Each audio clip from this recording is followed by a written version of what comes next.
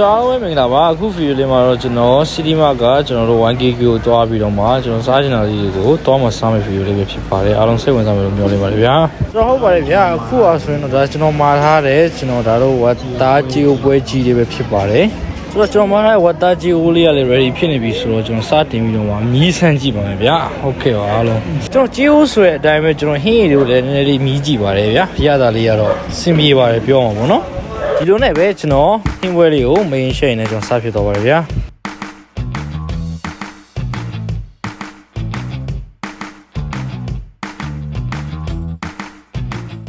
ဆိုတော့အဲ့နောက်မှာကျွန်တော်ဂျင်ကအပြင်လမ်းလျှောက်လာတဲ့အချိန်နဲ့ကြက်ဘာဘီကျူလေးကိုကျွန်တော်မှာထားပါတယ်အဲ့ဒီအပြင်ကျွန်တော်အီးပြီးအောင်လို့ကျွန်တော်နည်းနည်းသီးဖြော်လေးလည်းကျွန်တော်မှာရောက်ရှိနေဖြစ်ပါတယ်ဆိုတော့ဆွဲလိုက်အောင်ဗျ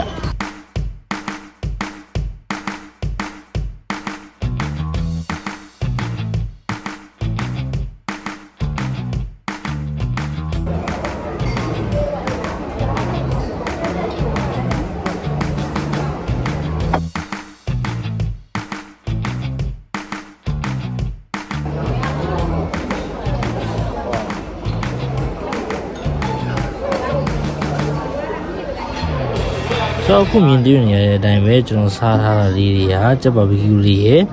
ဝတ်သားကြီးကိုပွဲကြီးလေးတစ်ပွဲဟာကုံလုံးနီးပါးဖြစ်နေပြီအတွက်ကြောင့်ကျွန်တော်